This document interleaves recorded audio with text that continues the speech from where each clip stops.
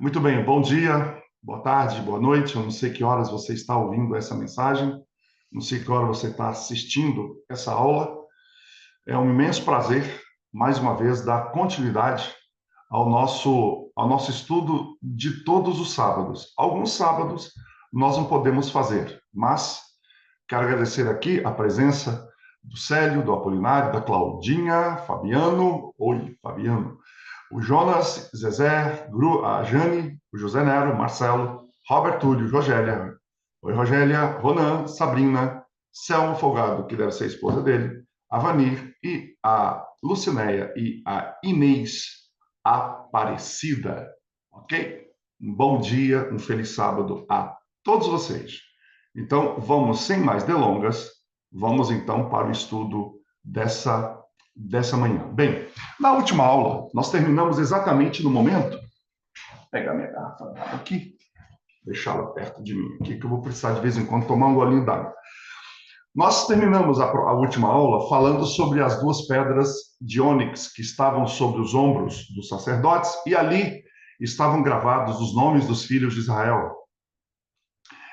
Seis do lado direito, os mais velhos, os seis primeiros mais velhos, e depois os seis mais novos do lado esquerdo. É muito importante que quando você está aqui estudando esse tema, você consiga fazer a correlação com a tua vida.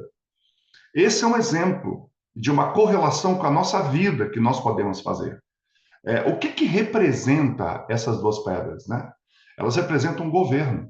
E quando o governo de Deus, e quando os nomes estão gravadas ali naquelas duas pedras de ônix, que veio ali da terra de Avilá, que era ali a região do Jardim do Éden. O que isso está dizendo? Que a nossa vida, a vida do povo de Deus, está sob os ombros de Deus. Ele carrega, e não é só de uma forma simbólica, não. Ele de fato tomou sobre si. Quando a Bíblia fala que ele tomou sobre si, ele carrega tudo o que diz respeito a nós, até porque nós não temos forças para poder suportar sem ele. É por isso que quando quem não tem Cristo, não tem Deus, sofre tanto. Sofre do ponto de vista, sofrer todos sofrem nesse mundo de aflição.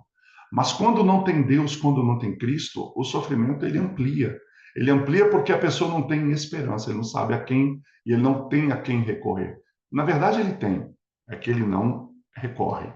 Inclusive, Cristo, quando conta aquela parábola de ele carregar a ovelha sobre os ombros, eu tenho certeza que o Israel, quando ouvia isso, era isso que Cristo queria que eles entendessem. Quando Cristo fala, eu falo por parábolas, é porque ele passou. Não é porque ele falava por parábolas, vamos assim, para que ninguém entendesse. É porque ele vinha falando por parábolas em toda a história. O santuário é uma grande parábola. Ela aponta sempre para algo maior. Ela aponta sempre para um antitipo, né? Do tipo. O tipo era o santuário, o antitipo era Cristo, e toda a sua vida foi embasada ali no santuário. Também falamos que as pedras elas ligavam a parte de trás do éfode e a parte da frente do éfode, que era na verdade um avental de trabalho, e o éfode feito de linho, né, feito dos mesmos materiais das cortinas, o mesmo material que estava no santuário, representando a carne de Cristo, por onde esse véu que foi rasgado. É por isso que quando o soldado rasga o véu, aliás, quando no santuário o véu é rasgado, os policial não, né? O guarda lá romano, o soldado romano, ele rasga também o lado de Cristo, porque Cristo precisava ser rasgado, uma vez que a cortina que representava o seu corpo também foi rasgada. Essa é a razão por que o soldado rasgou o lado de Cristo. Então, quando nós olhamos esses símbolos, essas histórias, quanto conforto a gente encontra nisso?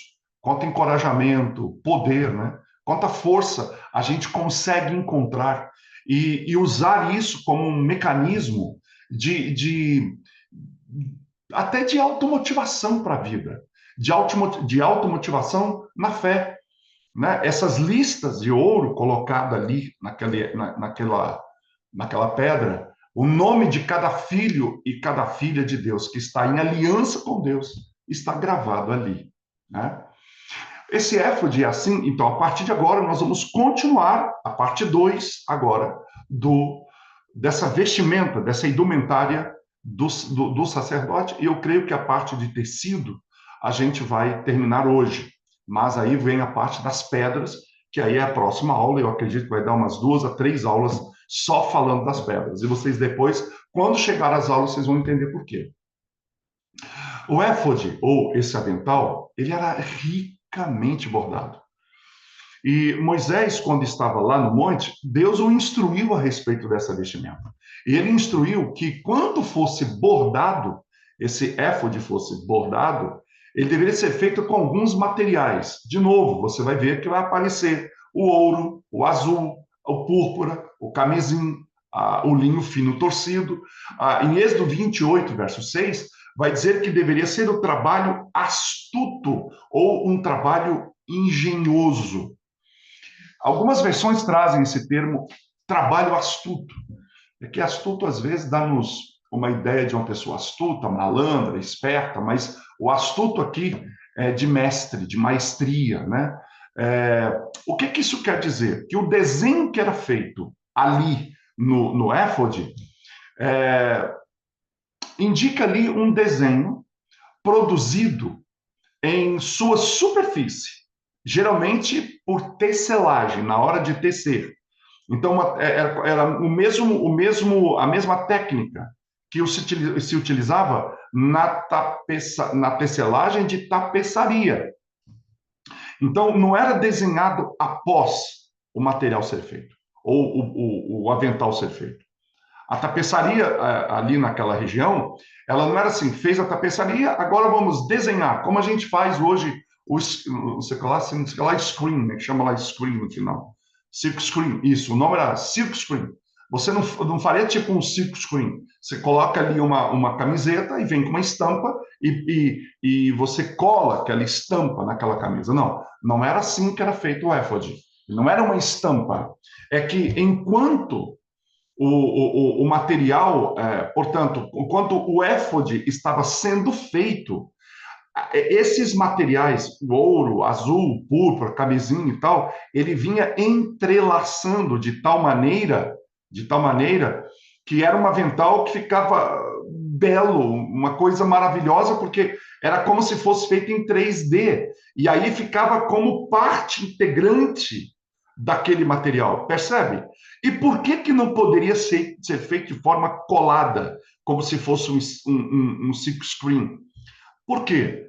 Porque como aquilo sempre, todo o material do santuário, ele representa Cristo, esse material, o ouro, né, que representa o amor e a fé, o azul que representa a obediência, a púrpura, né, que representa a sua realeza, o carmesim que representa o seu sangue, né, que representa o perdão e que representa o pecado, ele se fez pecado por nós. O linho fino, nós já falamos aqui sobre o linho, porque que representava por todo o processo, desde da plantação do linho até a sua confecção final, ele era rasgado, batido, secado, ele passava por um processo que Cristo também passou enquanto esteve aqui na Terra. Portanto, não podia ser nada colado, porque esses materiais representam traços do caráter de Cristo. Então, não é algo que você podia colocar depois, mas é algo que Cristo trazia consigo. E se ele trazia o caráter dele consigo em sua vida, em sua própria carne, em seu próprio corpo, então esses materiais tinham que também ser tecidos entrelaçados nesse linho para mostrar, já que esse linho era o mesmo material que foi feito as cortinas, que representavam o corpo de Cristo, logo, esse material tinha que estar entrelaçado na natureza de Cristo, no corpo de Cristo, na vida de Cristo. E não pode ser diferente de nós.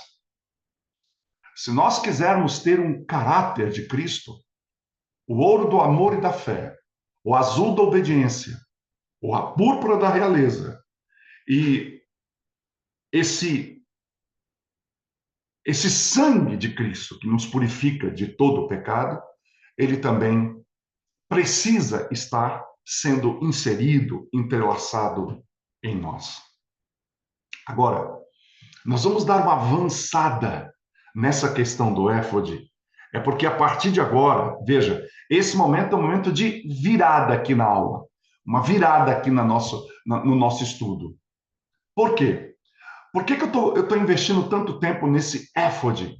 É porque no éfode havia, ou esse avental, logo acima do coração do sumo sacerdote, era ali que ficaria, havia uma faixa especial, feita de materiais semelhante aos véus. Ela era firmemente enrolada. Aonde você vai ver, ou pode ler isso na Bíblia? Eu dou as referências. Êxodo 28, 27 e 28. Êxodo 29, verso 5. Êxodo 39, 5, 20 e 21. Essa amarração era como se fosse um pedaço de pano colocado aqui. Imagina isso. Não era isso, mas é como se fosse. Ela foi cuidadosamente projetada, esse pedaço aí, para cumprir um propósito que apontava para o plano divino para Cristo. João, ele observa Jesus, o nosso sumo sacerdote, andando no meio dos 7 candelabros, no lugar santo, lá no santuário celestial. Lá no Apocalipse, João vai ver isso. Ele reconhece, quando Jesus está andando ali no meio dos castiçais, ele reconheceu a ele como o Filho do Homem, cingido pelos peitos com um cinto de ouro. Isso está em Apocalipse 1:13. Esse cinto foi enrolado em seu peito. Sabe o que é isso? Isso lembra uma mãe amorosa que abraça a criança em seu colo quente. Do mesmo modo, da mesma maneira, nós, aconchegados nos braços do El Shaddai, o bebê cristão encontra proteção, abrigo, conforto na tristeza, calor no frio e sustento na fome. Você está triste? No colo do El Shaddai tem conforto para você. Você está com frio, frio espiritual, você está se sentindo, vamos dizer assim,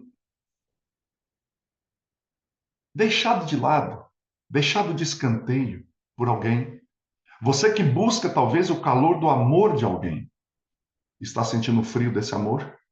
No colo do El Shaddai, você encontra calor. Você está com fome? Ele diz, bem-aventurados que têm fome e sede de justiça, porque eles serão fartos. No colo do El Shaddai, você tem sustento para toda fome, todo tipo de fome. Fome de amor, fome de justiça, fome de fé, fome da palavra. Você vai ser envolvido nesse cinto de linho que te envolve nos braços do Abba. É bom você saber disso. É bom nós sabermos disso. Isso estrutura nossa fé, assoalha as bases daquilo que nos sustenta na caminhada, nessa jornada e principalmente nos sustentará nos momentos difíceis que se avizinham à nossa frente. Graças a Deus por isso. Olhando ainda para essa roupa do sacerdote, nós vamos olhar que Cristo satisfez todas as reivindicações da lei quebrada de Deus. E o que ele faz? Ele apazigua, ele traz paz. Essa justiça ultrajada. A justiça foi ultrajada. E a justiça é a obediência de Cristo. A justiça perfeita, essa justiça de Cristo, que é a sua obediência perfeita, que é nos outorgada. Então, como é que Cristo apaziguou essa justiça ultrajada? Ele fez isso através de uma vida perfeita, de uma vida reta. E agora o que é que ele quer fazer? Ele quer nos dar o seu caráter perfeito por meio da graça. Então, nós devemos tudo à graça. Graça gratuita ou gratuita, graça soberana. Por que ela é soberana? Ela é soberana porque ele é acima do meu pecado. Paulo diz isso, que onde abundou o pecado, abundou a graça. A graça está acima disso. Portanto, não tenha medo, mesmo quando você esteja no pior momento da sua vida, talvez espiritual. Venha, porque a graça está de braços abertos. Ainda existe graça. Canta os arautos do rei. E foi essa graça que a aliança ordenou. Foi ela, foi ela, foi a graça que na aliança ordenou a nossa adoção. Nós somos de novo adotados. Olha, é que às vezes a gente pensa muito, eu fui adotado por Deus, que maravilha. Mas é muito importante que nós saibamos e retenhamos esse conhecimento, essa informação de que se nós fomos adotados, é porque não éramos mais filhos. E a pergunta é: se nós fomos criados em Adão, filhos de Deus, por que nós tivemos que ser adotados? Nós não fomos criados filhos? É que, na verdade, nós tivemos que ser adotados de novo, não foi porque Deus nos deserdou, foi porque nós, em Adão, deserdamos Deus. Nós deserdamos Deus. Não foi ele que nos deserdou, foi nós que o deserdamos. Então, agora, o convite dele diz o seguinte: se você me aceita, porque esse é o importante. Isto é um detalhe importante. Por que eu devo aceitar a Cristo como meu Salvador? É simples. É porque eu deserdei, em outras palavras, eu desaceitei ao Pai como meu Pai. Eu simplesmente deserdei o Pai. E agora, para eu voltar à posição que eu tinha lá no Éden, o que tem que acontecer? Eu tenho que aceitar quem? Aquele que aqui veio como representante da humanidade e aceitou plenamente o Pai. Cristo nunca deserdou seu Pai. Portanto, ele nasceu como filho, permaneceu como filho, morreu como filho e continua sendo o Filho de Deus. Cristo nunca foi deserdado. Só teve um momento que o Pai o deserdou. Esse é um ponto importante. Só houve um momento em que o Pai o deserdou. No momento em que ele, de fato, levou sobre si a nossa culpa, então ali o Pai o abandona. Mas não o abandona no sentido de que ele não o amava. Ele o abandona porque naquele momento ele tomou sobre si exatamente essa humanidade que estava alijada de Deus por escolha própria. Então agora eu preciso aceitar esse filho, dizendo: eu quero rever a minha posição. Eu quero reconciliação. E é isso que a Bíblia fala. Deus estava em seu filho, em Cristo, reconciliando consigo o mundo. Então, olha que interessante. A iniciativa da reconciliação não foi nossa. Nunca foi. A iniciativa da reconciliação não foi daquele que abandonou. A iniciativa da reconciliação foi do abandonado, foi do deixado, foi do largado, foi daquele que nós o consideramos como nossos inimigos, ou nosso inimigo. Tanto que Paulo fala isso, que ele nos amou quando nós ainda nos éramos seus inimigos.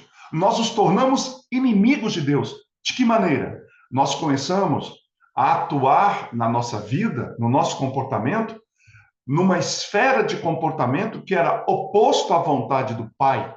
O pai dizia: eu quero assim. E o filho diz: eu não vou fazer assim. Eu vou fazer do meu jeito, vou fazer do jeito que eu quero. O espírito de Satanás, o espírito de Lúcifer. Eu vou fazer do meu jeito, eu faço do jeito que eu quero. Porém, Cristo veio e disse: eu vou fazer do jeito do meu pai. Eu vou fazer do jeito daquele que me enviou. Eu não vim aqui para fazer o que eu quero. Eu não vim aqui para dizer, olha, eu quero assim, que se dane, meu pai que fique por lá, ele me mandou para cá, ele me mandou para morrer por essa gentalha que... Não, não, não. Ele disse, eu vim aqui não para fazer a minha vontade. E esse é o caminho que a gente tem que adotar. É o caminho para onde a graça nos aponta. Então, a graça, ela afetou a nossa redenção. Ela afetou a nossa redenção. O que é a nossa redenção? Quando ele nos compra de volta. Quando ele toma a iniciativa de reconciliar o homem consigo. Ou seja, ele abriu uma porta, ele abriu um caminho, ele reconstruiu a ponte. Agora, ele não vai atravessar a ponte, porque ele já atravessou. O Pai construiu a ponte, Cristo é a ponte, mas é também aquele que atravessou a ponte e veio do lado de cá, viveu nossas mazelas. E agora ele reatravessou a ponte dizendo, vem e me segue, atravessa a ponte, vem para o outro lado, sai desse lugar onde você está, sai desse comportamento, esse comportamento de rebelião, esse comportamento de contrariedade à vontade do Pai, e atravessa a ponte e vem para o lado de cá, onde há vida. Então, o que é a redenção? A redenção é essa construção da ponte, a passagem de Cristo por essa ponte, veio aqui e pagou o preço. Perfeito. Isso é redenção. Fomos comprados. Fomos reconciliados. A porta está aberta. O Pai está de peito aberto, de braço aberto, porque em Cristo ele pode nos receber de novo. Agora, a graça, ela não afetou só a nossa redenção. Ela afetou a nossa regeneração. O Pai não quer só que nós atravessemos a ponte. Ele quer que nós tenhamos o mesmo caráter do seu filho. Ele nos regenera, ele nos cura, ele nos transforma. É ele que faz essa obra, não é você, não sou eu. A obra de regeneração é dele. E ele também, a graça afetou a nossa adoção. Adoção para a herança de Cristo. Então, o que nós somos em Cristo? Nós somos a herança dele. Então, o que nós precisamos? Nós precisamos revelar, e é tudo que o Pai quer de nós. Nós precisamos revelar essa graça a quem? Aos outros, dizendo: vem, eu já passei a ponte, é legal, é bacana atravessar a ponte, venha com a gente.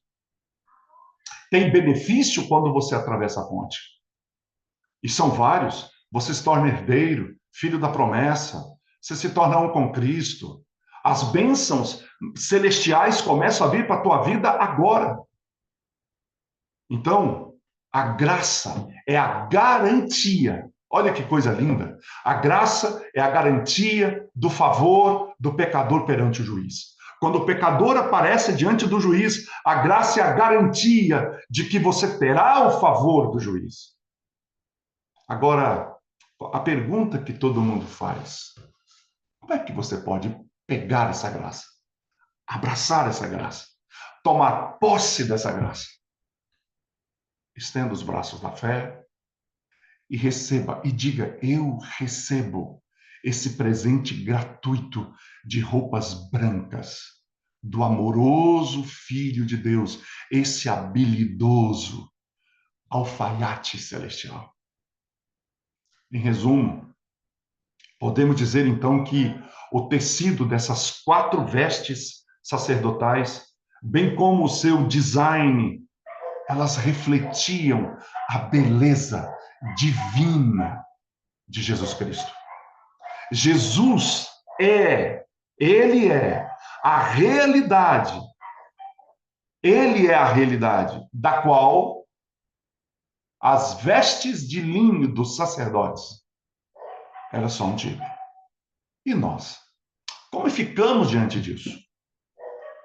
Se somos sacerdotes eleitos por Deus, nós também precisamos ser revestidos de sua justiça, de sua pureza, pois, esse é um detalhe importante, como nosso sumo sacerdote, convinha que ele fosse feito semelhante aos irmãos em tudo. Isso está em Hebreus 2:17.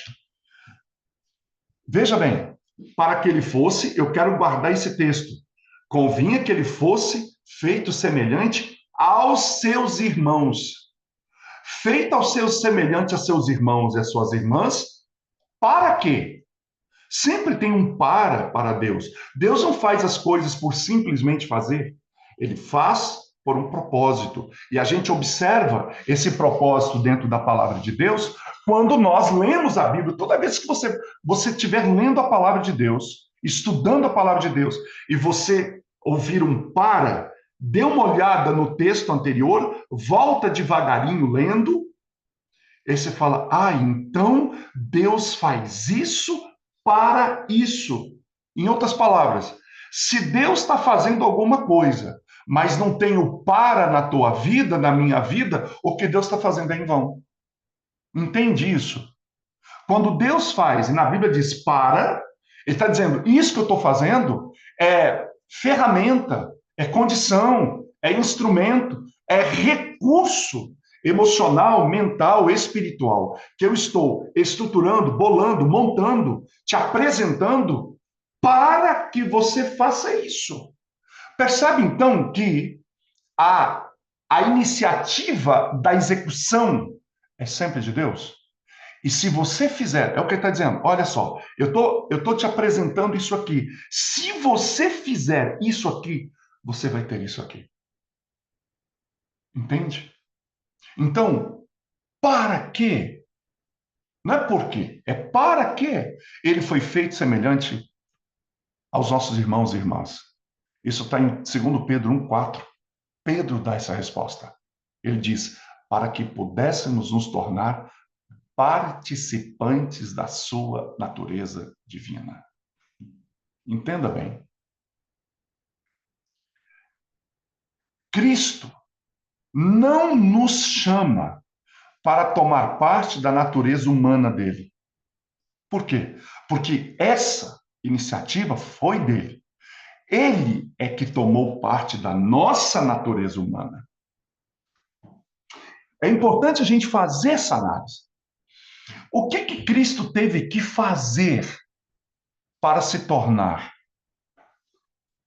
humano? Ele teve. Eu vou ler aqui. Vamos lá. O que ele teve que fazer? Eu dificilmente eu leio por causa do nosso tempo, mas hoje eu vou ler esse texto. Ele está em Filipenses, capítulo 2. Tá? Então diz assim: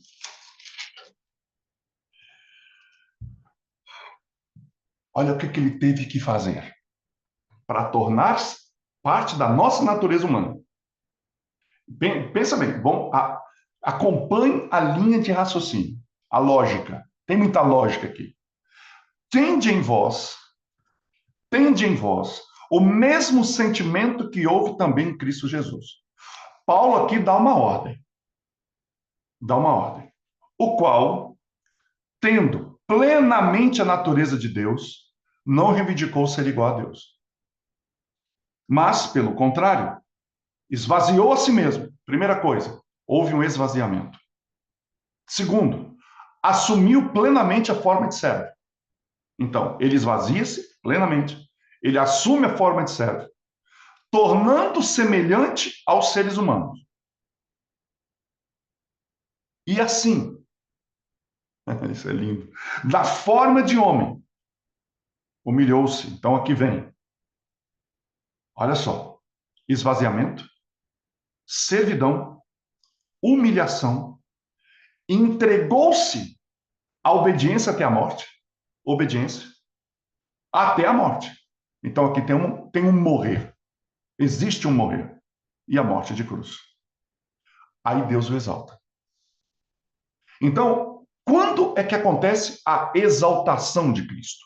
Depois que ele se esvazia, depois que ele assume a forma de servo, depois que ele se torna semelhante aos homens, depois que ele se humilha, depois que ele se entrega obediente e depois que ele morre. Entendeu? Então vamos rever os passos que Cristo deu.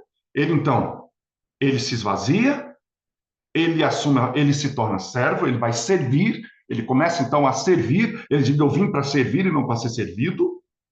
Aí ele se humilha, aí ele se entrega à obediência e aí ele morre. Aí Deus o exalta. Bem, o que Pedro está dizendo? Que ele se torna semelhante a irmãos e irmãs para que nós pudéssemos nos tornar participantes da natureza divina. Então, Paulo começa dizendo: haja em vós o mesmo sentimento que houve em Cristo Jesus. Para quê? Para me tornar humano? Não. Esse sentimento de Cristo fez com que ele teve esse sentimento para que do divino ele se tornasse humano. A pergunta é: qual é o sentimento que eu tenho que ter sendo humano para me tornar participante da natureza divina? Veja, não é para me tornar Deus, não, não. É para me tornar participante da natureza. O que é isso? Participante dos comportamentos, das atitudes, dos pensamentos, das emoções que tem na divindade. Então, eu entendo, com base nisso, que eu estou falando do para, né? Que para eu me tornar participante da natureza divina, eu tenho que fazer o mesmo caminho que Cristo fez. Que eu tenho que fazer então? Primeiro, eu preciso me esvaziar. Esvaziar do quê? Esvaziar do meu eu. Nossa, que pancada, hein? Que pancada. Eu quero, preocupado comigo, eu. Então, primeira coisa. Porque não dá para ser servo de verdade enquanto você estiver cheio de eu. Enquanto você estiver cheio de si. Cristo esvaziou-se da divindade para assumir a plena humanidade. Eu tenho que me desafiar, eu tenho que me esvaziar da minha humanidade se eu quiser assumir a plena divindade no sentido dos seus comportamentos, do seu caráter. A segunda coisa, Cristo foi servo. Então eu tenho que ser servo. Eu não tenho que ser servido.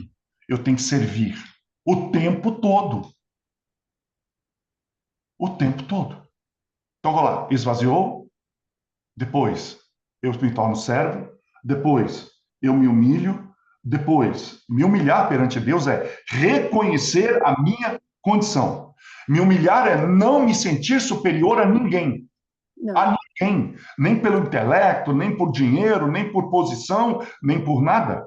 Você se esvaziou. Você é um servo. Você não se considera superior a ninguém. E aí vem o quarto elemento. Cristo se entrega à obediência. Então, a busca a partir daí, desse indivíduo, é uma loucura por obedecer.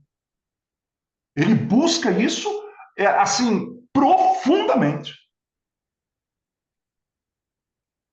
E ele morre.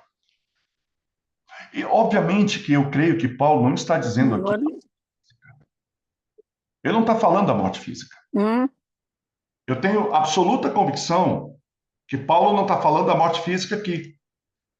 Paulo, ele está falando aqui de uma pessoa que é possível que ele tenha morrido, morrido do ponto de vista humano, do ponto de vista da morte do eu. É aquilo que Cristo fala, eu vou toma a sua cruz. O que ele está dizendo? Morra. Paulo passou por essas fases, a tal ponto que ele diz, eu não vivo mais. A mesma coisa aconteceu com Cristo. Ele está dizendo, eu não vivo mais, eu já morri.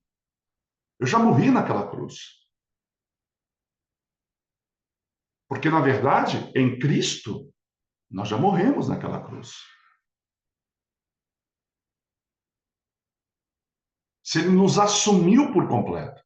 Então, quando eu aceito Cristo como meu Salvador, pressupõe-se que eu estou seguindo esses passos. Agora, é que vem a pergunta: como é que eu faço isso por mim mesmo? Impossível. Impossível. Porque não está em nós nem o querer, nem o efetuar. Por isso que o justo é salvo pela fé. Ele é salvo, desculpa, ele é salvo pela graça mediante a fé. Cometi um erro aqui. Ele não é salvo pela fé. Ele é salvo pela graça mediante a fé. É a graça que salva, mediante a fé. O instrumento é a fé. Então, todos esses processos que eu coloquei aqui, o processo de esvaziamento, o processo de humilhação, o processo de se tornar servo, o processo de obediência, O processo de uma morte, ele é feito pela graça agindo em nós, pela fé. Eu peço isso a Deus. Cristo fala: pedi e dar-se-vos-á, buscai e achareis, batei e a porta há de se abrir. É isso que a gente consegue enxergar. É isso que eu consigo enxergar e estou contribuindo. Quando eu digo eu consigo, é porque eu falo usando os recursos cerebrais, mas Deus coloca essas coisas no coração da gente. Então, a nós cabe acolher e aceitar esse dom das vestes. Por isso que às vezes a gente fala assim: ah, mas é só uma aula sobre as vestes sacerdotais. Não é tão simples assim. No santuário não tem nada simples. No santuário tudo é complexo, tudo é profundo. É por isso que nós temos que medi-lo com uma vara, centímetro a centímetro. Então a nós cabe aceitar o dom das vestes, do caráter que ele nos apresenta, ou podemos ignorar. Quem já tinha essa clareza foi o salmista. Ele sabia disso. E ele registra isso no Salmo 132, verso 9, quando ele diz: vestite de justiça os teus sacerdotes. E a voz de Deus, é como se Davi estivesse conversando com Deus. Ele fala assim: olha, eu vesti os teus sacerdotes de justiça. E a voz de Deus responde: eu também te vestirei de salvação, os seus sacerdotes. Por quê? Porque ele se fez pecado, oferta. Pecado aqui é oferta por nós, o qual não conheceu o pecado, para que nele fôssemos feitos justiça de Deus. E a pergunta é: quando Deus diz assim, também vestirei de salvação os seus sacerdotes, do que ele está falando? Ele está dizendo: eu enviarei meu filho. A vestimenta de nós sacerdotes é a vestimenta do caráter de Cristo. E você está aqui vendo vestimenta de Cristo, então cadê ela? Pela fé. Isso é fé. Coisa que quem não crê acha que a gente é doido. Então o que a gente precisa fazer? A gente precisa orar mais e pedir. Orar mais é orar mais vezes, orar mais tempo, orar com mais fervor, orar com mais clamor e pedir para que o Espírito Santo ajude-nos a reivindicar. Pode reivindicar. Esse é o tipo de oração que você pode ser extremamente ousado. Ousada. Você pode chegar perante o Pai e falar: Pai, cadê? Cadê? Tem muita gente, cadê o carro que você me prometeu? Tem pastor que ensina isso por aí. Cadê aquela grana? Cadê aquele emprego? A Bíblia não diz isso. A Bíblia diz que nós temos que ousar com essa ousadia. Por que as pessoas então não oram com essa ousadia? Dizendo assim: Pai, cadê a tua promessa que o Senhor fez de que eu teria o caráter de Cristo na minha vida? Cadê ele que eu não estou vendo? Onde está essa promessa? Eu não mereço isso, Pai, eu quero isso. Eu estou precisando disso. Sabe, quando Deus olha e vê que o seu filho quer de verdade. Olha o que Cristo fala: aquele que tem fome. Fome ali não é vontade de comer, não. Sabia? O que Cristo está querendo dizer é o seguinte: é aquele que está desesperado por comida, porque está quase morrendo de fome. Esse era farto. Eu acho que nós somos tão arrogantes que a gente acha que um pedidozinho: a Deus, muda a minha vida. Você vai falar assim: você realmente quer? Acabou. Você não quer nada. Olha o jeito que você pede. Você não tem fome. Você não tem sede. Você tem fome de quê? Não tem aquela música? Você tem sede de quê? Quem tem fome e sede. Ele está falando: eu sou o pão e eu sou a água. Você tem fome de mim? Do que você tem fome? Aquele que tem fome de mim de verdade, esse será farto. Sabe, um dia, eu creio que será muito em breve isso. O nosso vitorioso sumo sacerdote, que hoje está lá no trono de Deus, virá como noivo celestial para levar sua amada noiva para a casa do seu pai, para dar a ela, finalmente, o seu feliz destino. E ele preparou para ela um vestido de noiva, como está registrado em Apocalipse 19:8, que diz: foi-lhe dado que que se vestisse de linho fino, puro, resplandecente. Por quê? Porque o linho fino são as obras justas dos santos. Mas entende? Olha a palavra, foi-lhe dado. Vou ler de novo. Foi-lhe dado que se vestisse de linho fino, puro e resplandecente, porque o linho fino são as obras justas dos santos. Eu pergunto, se alguém me dá uma veste, não parece uma contraposição aqui, algo que não combina com a outra? Se foi lhe dado, como é que as obras são, o linho fino são as obras justas dos santos? Sabe por quê?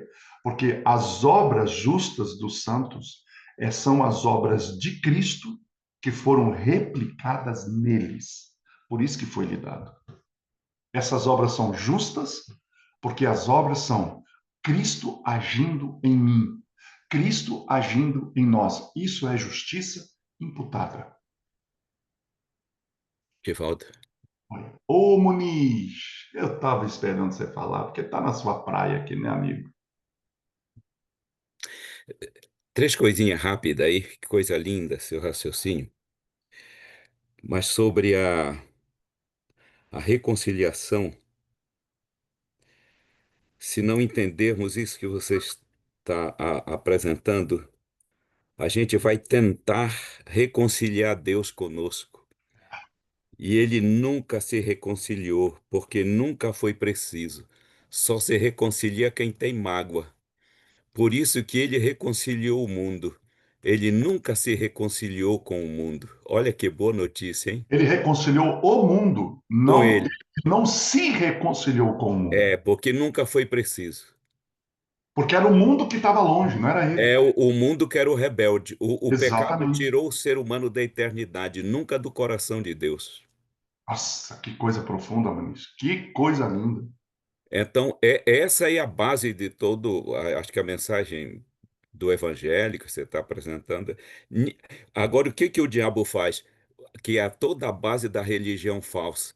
Acalme seu Deus, reconcilie Deus consigo e tome-lhe promessa e tome-lhe busca meritória, entendeu? Coisa linda, né? Não Maravilhoso. precisa. E a gente vê isso no vestimento do sacerdote. Pois é, agora, essa última raciocínio seu aí, lindo, de Cristo, Cristo em nós. É a tal Esperança da da glória. graça, já é a graça habilitadora. Nós já passamos pelo pátio, recebemos a graça perdoadora e agora nós estamos no processo da graça habilitadora. É Ele quem. Por isso que 1 Coríntios 1:30 vai dizer que Ele é justificação, santificação e glorificação. É de cabo Exatamente. a rabo, é Ele quem faz. E hoje nós estamos nesse processo de vida cristã, onde aquela conclusão que nós já conversamos tanto. Ele é em nós o que Ele pede de nós. É isso aí. É, A, é a ele, ética que ele pede de nós é ele que opera em nós. É ele que executa, por isso que a santificação é tão divinal como a justificação e a glorificação, que serão, é um momento. E esse parêntese da vida, é ele também. Ele nos robotiza, não, mas ele só quer a nossa vontade, porque ele é a força. E é aqui que a gente busca pela vida dele, não pelo sacrifício. O sacrifício da cruz ofereceu perdão. A vida dele em nós nos dá o poder. E é ele quem É opera. isso. É isso. Só Nossa, para Muniz. só para fechar ali, não tem em Hebreus aquele que diz que corpo me preparaste, se referindo àquele corpo galileu, Sim. onde Aham, ele, aham. onde ele viveu os triunfos do céu, mas na verdade, corpo me preparaste é cada um de nós.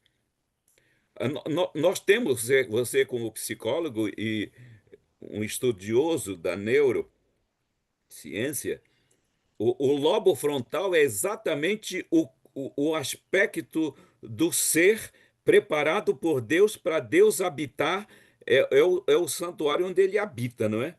É isso aí. É uma película de 2,5 milímetros Olha só. que cobre a parte frontal do cérebro. É ali que Deus está. Ali. É ali que Ellen White chama de partes sensíveis do cérebro, por onde ele se comunica conosco, né? Exatamente. E detalhe, Muniz, é isso que nos diferencia do cérebro do macaco. Olha. Essa parte, o Então, resto do macaco é igual. então, o que acontece? Antes de Jesus, os demônios tomavam conta disso. Efésios 2. Agora ele assumiu o comando. Então, ele é em nós o que ele pede de nós. Nós vivemos hoje graça habilitadora porque a perdoadora já foi. O grande Isso. desafio, acho que da pregação mesmo do santuário, é libertar os crentes, convencer os crentes de que eles passaram pelo santuário, eles estão no outro nível, pelo É isso pátio. aí. Eles É isso passaram aí. pelo pátio. É isso aí. E aí, Muniz, eu coloco aqui para gente que esse vestido que está ali escrito, aliás, muito obrigado, o microfone para você é sempre aberto. Esse linho fino, esse vestido que nos será entregue, ele foi tecido, não foi, ele foi tecido lá nos teares do céu, Né? Não, não tem usado aqui por Cristo na terra, e não há nele um fio de imaginação humana. nenhum. O Edivaldo, só mais um tiquinho. Esse texto aí que você está mencionando, que é de Apocalipse 19, onde Isso, 19:8. a igreja está vestida e ela festeja. Agora veja só que ela é a mesma igreja que está nua em Lá em Apocalipse Apocalipse 13. 3.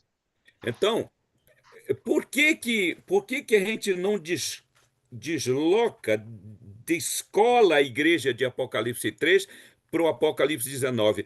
A gente fica batendo, é Laodiceia assim, é nada. Laodiceia foi vestida. E aí, essa consciência de que é outra igreja é que tem na base essa doutrina da graça centrada aí no santuário. A igreja adventista, ela precisa. Tem um sermão que, na verdade, eu nunca preguei, chama-se Desfocando Laodiceia, de Apocalipse 13, 3 para Apocalipse 19, que é esse 19. texto aí. A igreja, ela já está no. Ela tá, faz tempo que ela devia estar festejando a redenção e ainda está charumingando lá em Apocalipse 3. E é interessante, Muniz, que lá em Isaías, que na verdade Isaías, para quem talvez não saiba, não estudou teologia, Isaías é um resumo da Bíblia toda, Uhum. né? E lá em Isaías 61:10 vai É, dizer assim: olha, ele me vestiu com vestes de salvação. e aí ele diz: Muito me alegrarei. É isso aí. Cobriu-me com manto de justiça, como um noivo que se enfeita, como um sacerdote com ornamentos e como uma noiva enfeita com suas joias. Olha, o Olha começo, só, lê o começo do verso 10. Isaías, 61:10. Isaías 61:10. Oh, que coisa linda. Hoje estamos abrindo o Bíblia, adoro isso. É que por causa do tempo, às vezes a gente não abre, né? Isaías 61, verso. Ah, ele começa dizendo: Muito. transbordo de alegrias em Ó, Jeová, o Senhor. A minha alma se regozija no meu Deus. Por quê? Porque me vestiu com as vestes de salvação, olha a cobriu-me com o causa. manto de justiça e tal. O texto que eu acabei de ler. Edivaldo, só uma musiquinha, cara. Ah, os 70 voltaram vibrando porque os demônios fugiam dele, os doentes eram curados. Jesus pegou e disse: Eu vou dar uma reparada aqui, que esses caras estão se concentrando na missão e esquecendo da alegria da salvação. Ele diz: Vocês estão muito alegres com a missão, não é? Mas não esqueço que tem uma alegria rainha. O nome de vocês está no livro do céu. Essa é a alegria verdadeira, né? Se esquecer da alegria da salvação, a gente vai se entusiasmar e nos alegrar com o evangelismo, com essas coisas, e vamos Com adoecer um pouco. programação, com um quarteto cantando aqui, outro ali, mas cadê a alegria da salvação? E adoece, Edivaldo, adoece como adoece qualquer executivo de uma multinacional. É por isso que os consultórios de psiquiatria estão cheios de obreiro doente, que o cara tem alegria da missão, mas esqueceu a alegria da salvação. E uma igreja que não tem a alegria da salvação, você não consegue engajá-la nem na verdadeira missão. Pois é, porque ele vai levar o quê? Ele vai levar a tristeza, né? Vai levar a tristeza, O entusiasmo por não a boa religião. notícia, né? Tetelestai. Desculpa aí, obrigado. Imagina, obrigado por ter participado, né? E continuando falando disso aqui, quando João, né, ele vê os 144.000, ele vê eles vestidos branco como a neve. E aí eles estão cantando um hino de redenção. Tá vendo? Alegria aí, que o Muniz acabou de falar, ao seu Senhor. Então, quando você olha para essas vestes sacerdotais, você vê calção, cinto, túnica, o avental, o éfode. Esses eram os uniformes de trabalho dos sacerdotes. Eles eram de cor branca, por que ela é de cor branca? Porque eles eram representantes de Cristo e mostram o caráter de Cristo. E um detalhe importante, olha só, lá em Apocalipse, capítulo 16, quando começa a falar sobre os anjos, as pragas, né? Quando os anjos, carregando as 7 pragas, logo depois do fechamento da porta da graça, eles saem do santuário, como é que João descreve os anjos? Descreve vestidos de linho puro e resplandecente e tinham cinturões de ouro ao redor do peito. E isso representa o quê? Pureza, linho fino, e cinturão no peito é disposição. Eu já estou pronto para fazer o que tem que ser feito. Então, eles não estavam indo para uma obra destruidora como vingança pessoal. Vou lá me vingar deles, não. Mas eles iam para cumprir uma ordem de juízo decretado pelo Supremo Juiz. Essas 4 vestes ensinam que a justiça de Cristo, ela deveria ou deve constituir a base, o fundamento de todo o ministério dos sacerdotes e que a vida do seu Salvador deveria cobrir a nudez e unificar os pensamentos deles com os de Cristo. Esses 4 trajes, né, os calções, o cinto, a túnica e o avental, simboliza como deveria ser o interior de um sacerdote. Os 4 trajes, eles testificam, deixam claro que antes que os ministros pudessem fazer exteriormente qualquer serviço para Deus, interiormente, eles deviam ser santos, puros, e a natureza do caráter de Cristo imputado e comunicado de Jesus neles. Então, depois disso, e somente depois disso, de terem sido vestidos com as vestes de louvor e ação de graça, o manto da justiça de Cristo, puderam, então, representar seu sacerdote celestial. Eu faço uma pergunta, né? Quantas pessoas hoje estão subindo nos altares pelo mundo afora?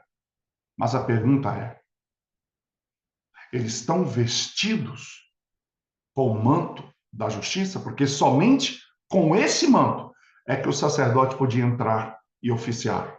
Sem isso, ele não poderia oficiar. Então, essa qualidade interior, sempre e em todos os momentos, é o pré-requisito para uma atividade externa aceitável. Quer você vá pregar, quer você vai fazer uma obra, quer você vai cantar, quer você vai passar uma lição, seja qualquer coisa que você for fazer, esse é o pré-requisito necessário para uma atividade. Então, essas 4 vestes ensinam que a justiça de Cristo deveria, então, de fato, constituir esse fundamento. O que esses 4 mantos de linho proclamam neste momento? É o que está escrito, né? O que está escrito em 1 Pedro 2, 1 a 10. Que eles estão nos chamando, né? Esses 4 vestimentas estão nos perguntando como é que está a sua vida interior, né? Como é que está? Quem é você nesse tempo? Então, o apóstolo Pedro, ele dá uma dica para nós. Ele diz assim, olha, deixando, pois, toda malícia, engano, fingimento, inveja, murmurações. Ele está falando, deixa isso. Aí ele fala, desejai afetuosamente como meninos, novamente nascidos, o leite racional, não falsificado. Leite que anda sendo servido por aí. Leite falsificado, para que por ele vá descrescendo, se é que já provaste que o Senhor é benigno. Aí ele fala, deixando, desejai, chegando-vos. Olha o chegar, a quem? A pedra viva, reprovada, na verdade pelos homens, mas para Deus eleita e preciosa.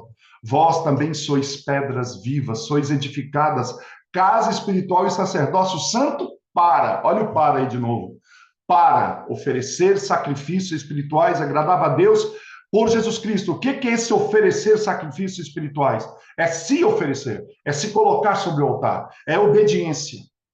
Mas se você vem, olha só, o que vem antes da obediência? Um deixar, um desejar, um achegar. Para então sim poder oferecer.